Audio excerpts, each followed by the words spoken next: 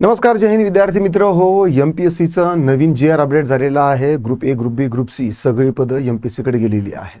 नाव यामध्ये GR म्हणजे तो 231 पानाचा GR आहे. त्यामध्ये नोडल विभाग हा जो आहे ना, हा एक संकल्पना आणि हा एक शब्द आलेला आहे.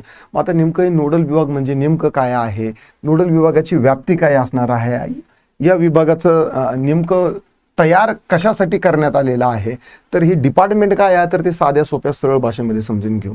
पण आता तत्पूर्वी आपली ही जी MPSC group B group C combine batch जी आहे तर ती सुरू झालेली आहे. तुम्ही कन्सिडर करू शकता.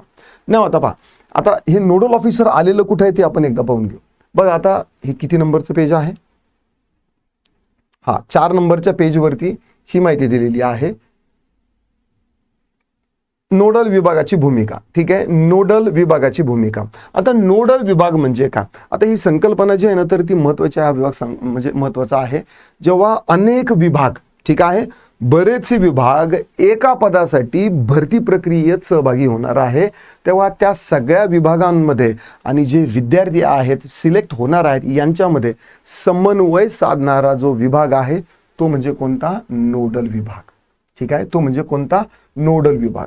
आता नोडल विभागाचं नेमकं काय काम असणार आहे ते देखील आपण समजून घेऊया. आता हा कार्यात्मक दृष्ट्या जे आहे ना तर ते वेगवेगळे संवर्ग जे आहेत, प्रशासकीय आणि यांत्रिक या पदामध्ये काय आहे की पदं विखुरलेले आहे आणि बऱ्याचशा डिपार्टमेंटमध्ये काही पदं जे आहेत ना तर ते कॉमन आहे.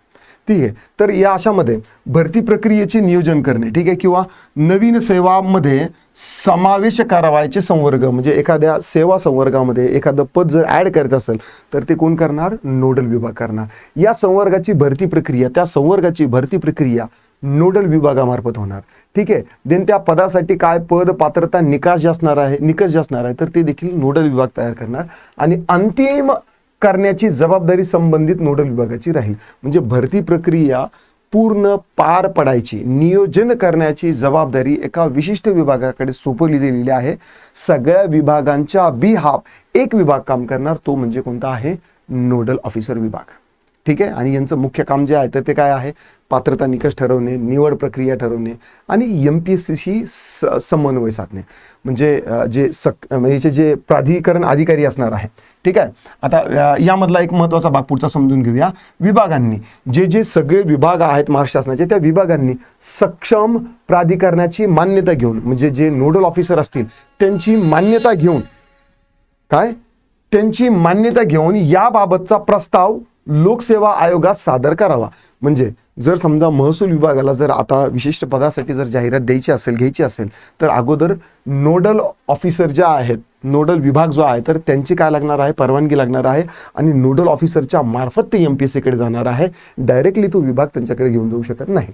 संबंधित नोडल विभागाची राहील. विभागांनी सक्षम प्राधिकरणाची मान्यता घेऊन याबाबतचा प्रस्ताव महाराष्ट्र लोकसेवा आयोगात सादर करावा व मागणीपत्राबाबत समन्वय करावा. म्हणजे मागणीपत्र डायरेक्ट MPSCला जाणार नाही, हे मागणीपत्र डायरेक्ट कोणाला जाणार, अगोदर नोडल विभागाला, नंतर नोडल विभागाकडून त्यांना जाणार आहे. म्हणून ते जे मी पत्र जे सांगितलं होतं ना ते फेक आहे, तर ते यामुळे सांगितलेलं होतं. म्हणजे आता या गोष्टी मला अगोदर माहिती होत्या अशा नाही, पण विशेष काही गोष्टी ज्या आहेत ना आता समोर आलं म्हणजे डायरेक्ट जिल्हाधिकारी आणि कक्ष अधिकारी डायरेक्ट MPSCकडे जाणार, हे तर लॉजिकल पटतच नाही ना. म्हणजे ती त्यामध्ये जो संदर्भ दिला होता याचा संदर्भ आणि त्याचा संदर्भ वेगळा आहे. ठीक आहे, चला, आणि नंतर मग यामध्ये विभागांनी देखील काय कारवाई करायची ते देखील आहे. पण आता प्रशासकीय विभागांनी राज्य सेवेतील विद्यमान व नव्याने समाविष्ट केलेल्या सेवांमधील संवर्गांची बिंदू नामावली अद्यात करून मागणीपत्र पाठवण्याची कारवाई 1 महिन्यात पूर्ण करावी. म्हणजे आता सगळे जे विभाग आहेत तर त्यांना काय सांगितलेलं आहे की तुमची सेवेतील जे विद्यमान आणि नव्याने समाविष्ट केलेले पद आहेत ज्या बकेटमध्ये, त्या बकेटची बिंदू नामावली, त्या संवर्गाची बिंदू नामावली अद्यात करून घ्यायची. नाव आता हे अद्ययावत करून घेणार हे कोणाकडून, त्या कोणता आयोग, मागासवर्गीय कक्षाकडून घेणार आहात का, नाही, ते GAD करून घेणार आहेत. ठीक आहे, सामान्य प्रशासन विभागाकडून बिंदू नामावली प्रमाणित करून नंतर पाठवायची कारवाई 1 महिन्यात पूर्ण करावी. आणि ग्रुप Cची जी जाहिरात येणार आहे, कदाचित मी चुकीचा असू शकतो, पण मला असं वाटतं की ग्रुप Cच्या जाहिरात यामुळेच होल्ड करून ठेवलेली आहे, 1 महिन्यात पूर्ण करावी. कारण ग्रुप Cची जाहिरात जी आहे जर 1 महिना आणखी जर होल्ड झाली तर समजून घ्यायचं की ग्रुप Cच्या जाहिरातीमध्ये सगळेच्या सगळे 490 पदं, प्रशासकीय आणि यांत्रिकची सगळी पदं आपल्याला पाहायला दिसतील.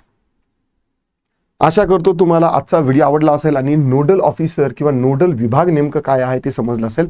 बाकी आता यामध्ये ग्रुप ए मध्ये कोणकोणती पदं वाढलेली आहेत, कोणत्या बकेट्स आलेल्या आहेत, त्या बकेट्समध्ये नेमकं कोणकोणते पदं टाकलेले आहेत, देन नंतर मग ग्रुप बीचे कोणते पदं आहेत, कोणत्या बकेट्स आहेत, आणि स्पेसिफिकली ग्रुप सीच्या ज्या 18 बकेट्स आपल्या प्रशासकीय विभागाच्या आहेत आणि ज्या 30 बकेट्स यांत्रिक विभागाच्या म्हणजे यांत्रिक या बकेटच्या आहेत. तर यांची सगळी माहिती आपल्या चॅनलवरती तुम्हाला हळूहळू उपलब्ध होणार आहे. सगळी माहिती डिटेलमध्ये खडानखडा तुम्हाला माहिती मिळणार आहे. नाऊ आशा करतो तुम्हाला आजचा व्हिडिओ आवडला असेल तर लाईक करा, शेअर करा, कमेंटमध्ये तुमचे काही दिक्कत, डाऊट, क्वेरी, परेशान असतील नोंदवू शकता. आता पुरतं एवढंच. थांबतो, पुन्हा भेटूया. राम राम.